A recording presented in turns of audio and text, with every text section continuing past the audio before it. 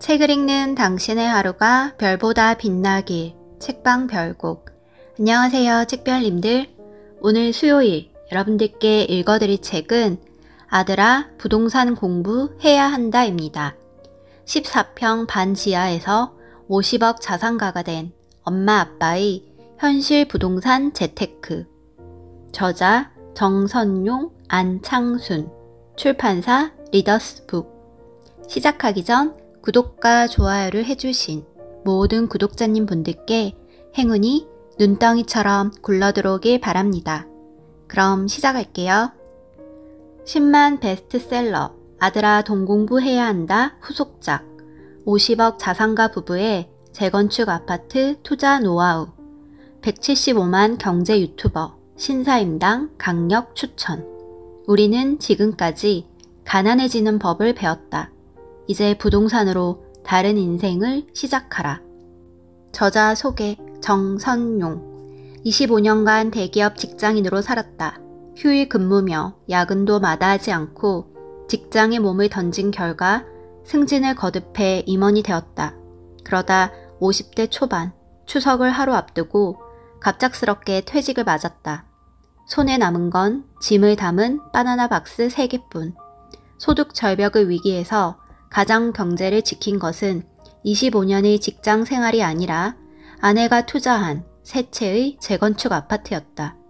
그때까지 직장에만 몰두하며 심지어 아내의 부동산 투자를 만류해온 자신을 반성하면서 퇴직 다음 날부터 네이버 카페 부동산 스터디에 글을 쓰기 시작했다. 아버지의 절절한 마음을 담은 글은 큰 화제를 불러일으켰고 카페 연재물을 바탕으로 쓴 아들아 돈 공부해야 한다는 독자의 열렬한 지지를 받으며 경제 베스트셀러 1위에 올랐다. 저자 안창순. 1997년 대출을 끼고 마련한 고덕동의 2,500만원 반지하 전셋집에서 신혼생활을 시작했다. 결혼하자마자 IMF로 남편 회사가 부도나면서 경제적으로 큰 어려움을 겪었다. 한겨울이면 보일러가 고장나 추위에 떠는 아이를 안고 발을 동동 굴렀고 한여름에는 폭우로 집이 잠길까 계단참에서 밤새웠다. 습기와 곰팡이로 병치레하는 아이들을 안고 어떻게든 돈을 모아 반지하를 탈출하겠다고 가슴을 치며 다짐했다. 눈물겨운 절약과 저축으로 2억 3천만 원의 종잣돈을 모아 재건축 부동산 투자로 50억 원의 자산을 달성했다. 그럴듯한 말보다 몸으로 부딪힌 경험에 힘을 믿는다. 1장 부동산에 눈을 떠라. 부자들의 포트폴리오에는 반드시 부동산이 있다. 아들아, 어제는 직장 다니던 시절부터 친하게 지내온 협력업체 사장님과 점심 식사를 했다. 협력업체 사장님은 자기가 돈을 벌어온 방법에 관해서 솔직하게 이야기를 해주셨다. 정 작가, 사람들은 내가 사업으로 돈을 벌었다고 생각하는데 그건 착각이야. 재밌는 건 내가 사업으로 부를 쌓았다고 믿는 사람들은 정작 돈을 벌어본 적이 없는 사람들이라는 거야. 내가 사업으로 버는 이익은 매출의 2%도 안 돼. 1,000억 원의 매출이 나오면 겨우 20억 원이 남을까 말까 하는 정도야. 그 20억 원도 대부분 기기와 설비에 투자하지. 그래야 사업이 계속 성장하니 말이야. 지금 내 자산이 1,000억 원이 넘어가는데 그 돈을 번 진짜 비법은 바로 부동산이야. 그분은 아버지가 현직에 있을 때도 비슷한 이야기를 했다. 엘마트와 거래해서 남는 게 별로 없어. 나는 돈은 따로 벌어. 그때는 믿지고 납품한다라는 사장님의 이야기를 그저 하는 말이려니 넘겨들었다. 그때의 아버지로서는 쉽게 이해할 수가 없는 말이었다. 그러나 이제는 명확하게 이해한다. 근래에 큰 부를 쌓은 사업가 몇 분을 만날 기회가 있었는데 그분들은 자신이 진짜 돈을 번 비결은 부동산이었다고 귀에 못이 박히도록 강조했다. 내가 여전히 직장인이었다면 흘려들었겠지만 나 역시 아내가 산 재건축 아파트 3채의 가치가 내 25년 직장 생활과 비교되지 않을 만큼 크다는 걸 뼈저리게 느낀 후였다. 어제도 협력업체 사장님은 거듭 강조했다. 대부분의 사업가는 사업을 통해 돈을 벌지 못해요. 중요한 건 자본의 흐름이지. 그 사장님은 이런 사실을 깨닫지 못하고 사업하는 사람은 망한다고 했다.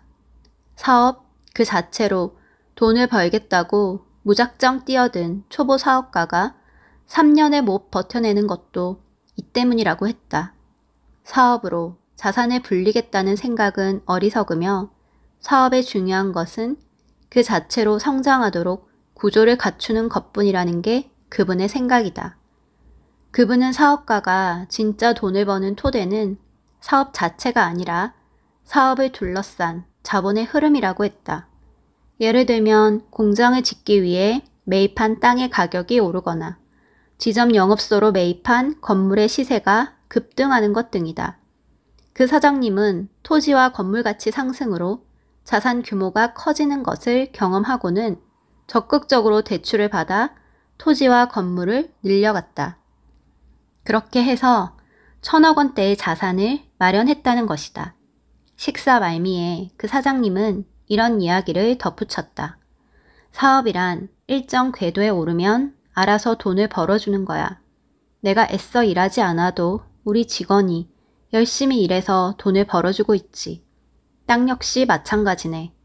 내가 일하지 않아도 지금도 알아서 가치가 상승하고 있지. 그래서 지금 나는 굳이 애써 일하지 않고 애써 돈을 벌려고 욕심내지 않는다네.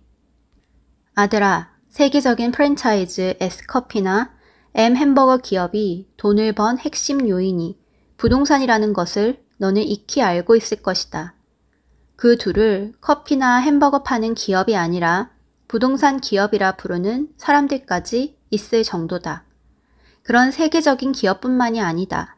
크건 작건 부자들의 포트폴리오에는 반드시 부동산이 있다. KB국민은행의 2021 한국 부자 보고서에 따르면 금융자산 10억 원 이상 부자들의 자산에서 부동산이 차지하는 비율이 2016년 51.4%에서 2020년 56.6%, 2021년 59%로 점차 늘고 있다고 한다. 부동산 자산 가치가 상승하기 때문이다. 부자들 중 70% 이상이 수도권에 거주하고 있고 총 자산 중 비중이 가장 큰 것도 거주주택이라고 하는데 이들의 집값이 크게 올랐다는 이야기다. 한 유명 투자자문사 대표는 주식으로 돈을 벌면 반드시 집을 사라고 조언한다. 자신이 지켜보니 주식으로 수익을 낸 사람 중 현재까지 그 수익을 유지하는 사람은 거의 없었다는 것이다.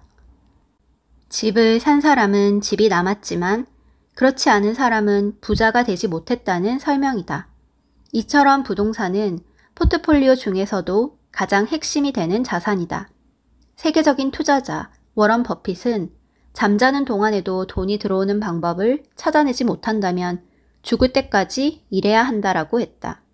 세상은 정말 그 말대로다.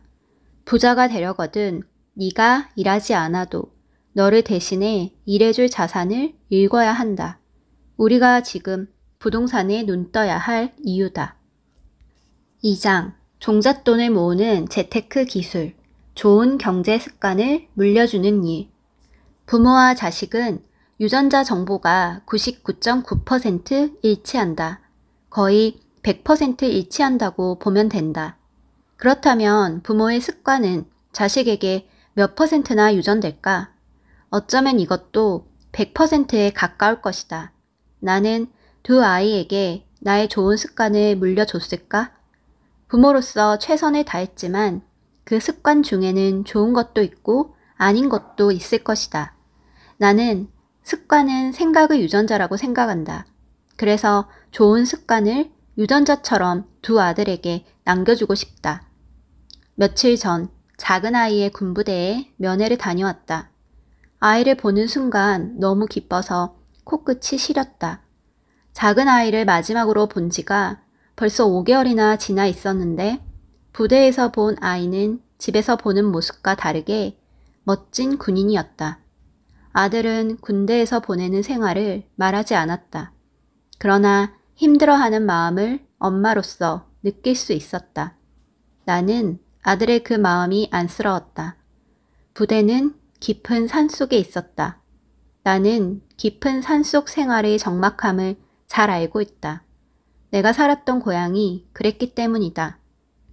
이런저런 이야기를 나누는데 아이가 같이 생활하는 동기나 후임병들에게 엄마를 닮아 짠돌이라고 소문이 났다고 말했다.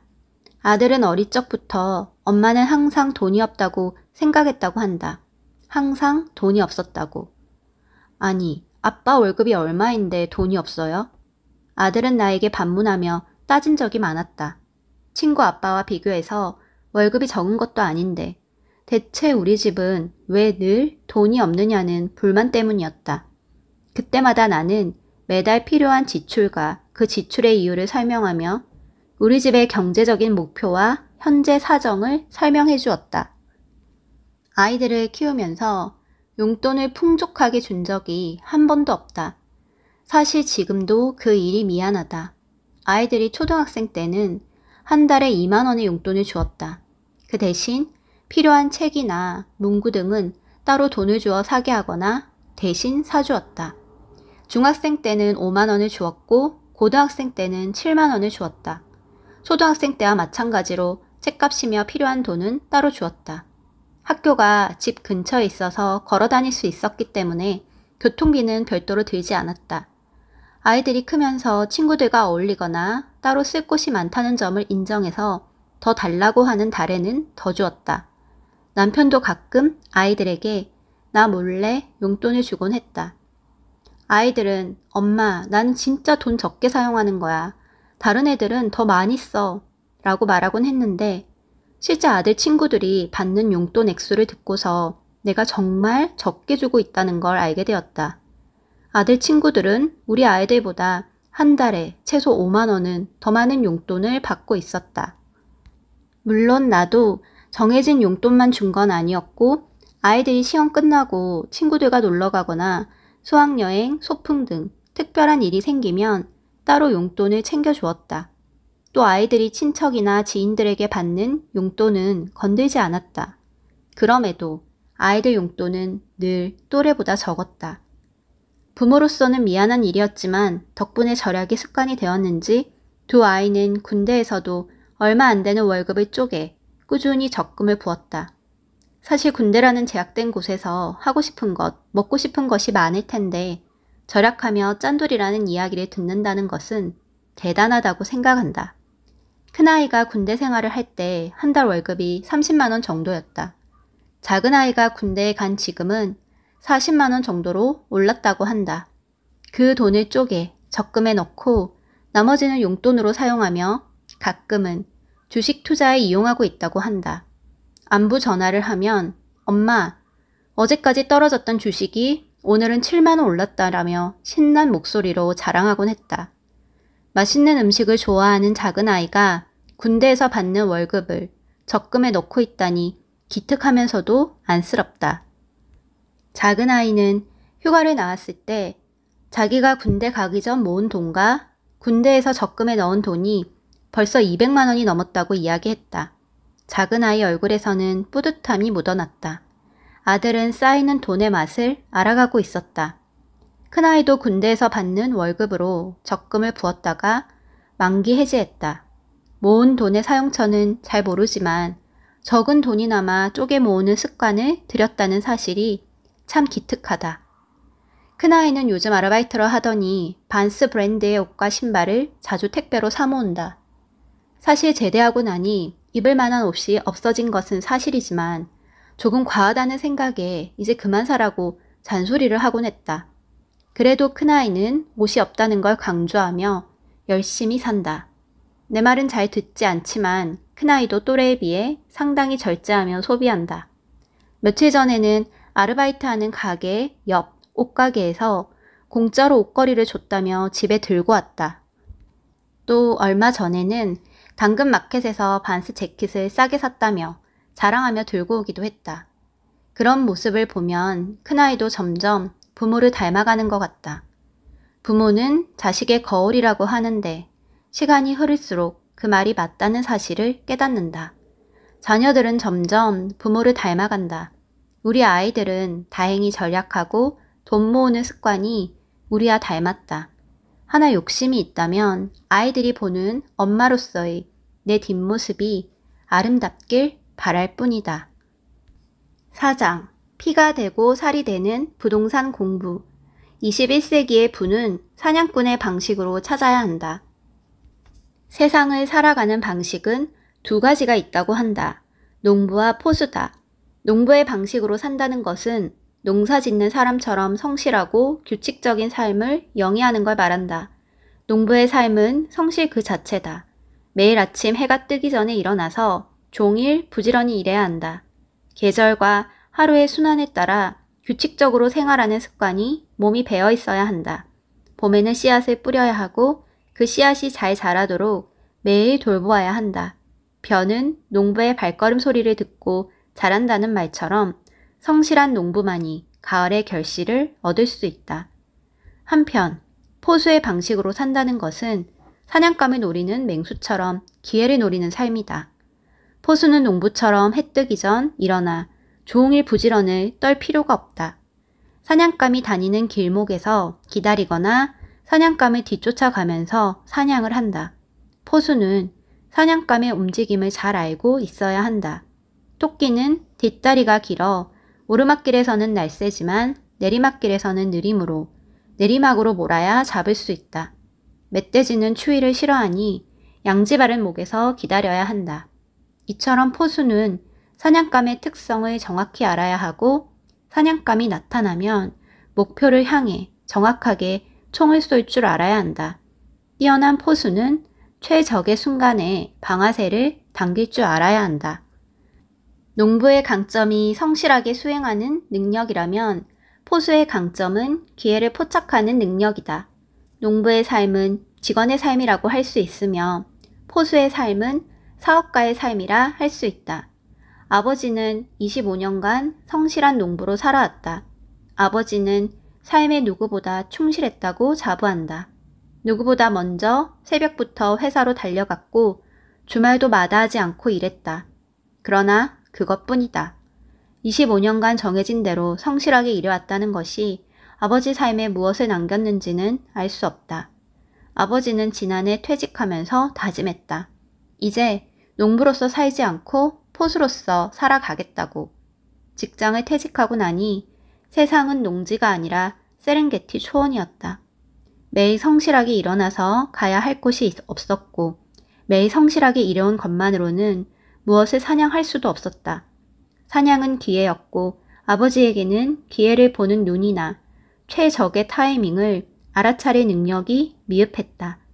퇴직하고 보니 25년간 농부처럼 살며 익힌 것들은 아무 소용이 없었다. 아들아, 네가 직장 생활을 할 수 있는 날은 아버지보다 짧으면 짧았지 결코 길지 않을 것이다. 국내 대기업들은 앞다투어 40대 임원들을 등용하고 있다. 50대에 직장인으로 살아남기란 결코 쉽지 않다. 너의 직장 생활은 아버지 때보다 짧을 가능성이 높다. 네가 하고 싶다고 오래 할 수 있는 게 아니다. 직장이라는 울타리 밖으로 나오면 비로소 세상이 똑바로 보인다. 아들아, 우리가 사는 21세기는 호남 평야의 비옥한 농토가 아니라 세렝게티 초원이다. 그렇다면 우리가 종국에 익혀야 할 삶의 방식은 포수의 방식일 것이다.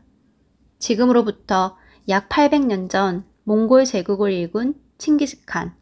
그가 살았던 몽골 초원에는 두 가지 재앙이 있었다.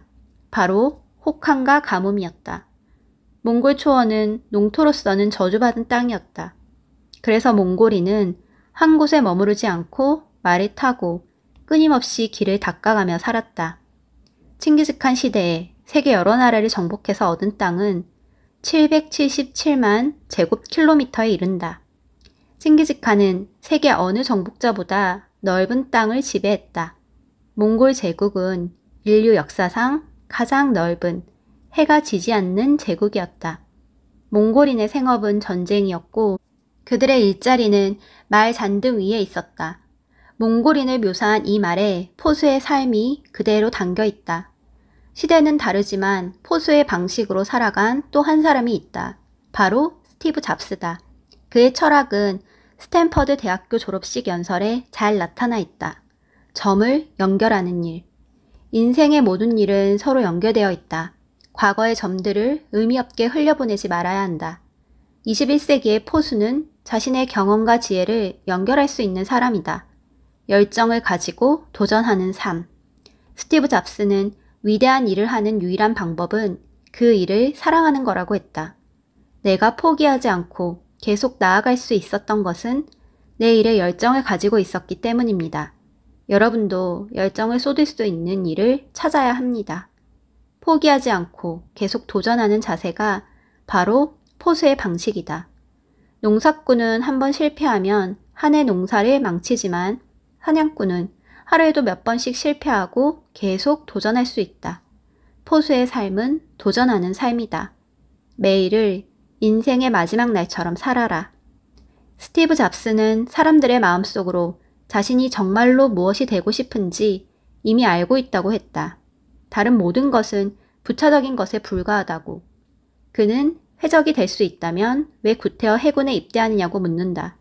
그리고 정해진 매뉴얼을 수행하는 해군이 아니라 죽음과 맞서 싸우는 해적으로 살아가라고 한다. 스티브 잡스가 강조한 해적의 삶은 바로 포수의 삶이다. 만약 매일을 당신 인생의 마지막 날이라고 생각하고 살아간다면 당신은 반드시 성공합니다. 여러분에게 주어진 시간은 제한되어 있습니다. 다른 누군가의 삶을 대신 사느라 자신의 인생을 낭비하지 마십시오. 다른 사람의 생각의 결과물에 따라서 사는 오류를 범하지 마십시오. 다른 사람의 견해 속에 자기 내면의 목소리가 파묻히지 않도록 하세요. 가장 중요한 건 자신의 직감과 열정을 따라갈 수 있는 용기입니다. 아들아, 우리가 살아가는 21세기는 스스로 기회를 찾아야 하는 척박한 초원이다. 네가 아무리 바란다고 해도 농부의 삶은 언젠가 끝이 나고 만다. 너는 징기즈칸처럼 말잔등 위에서, 스티브 잡스처럼 해적선 갑판 위에서 살아갈 방도를 찾길 바란다. 여기까지 오디오북 잘 들으셨나요? 더 자세한 내용은 책을 구매해서 읽어보시기 바랍니다. 그럼 편안한 저녁 시간 보내시고 다음 영상은 금요일이에요. 금요일에 만나요. 감사합니다.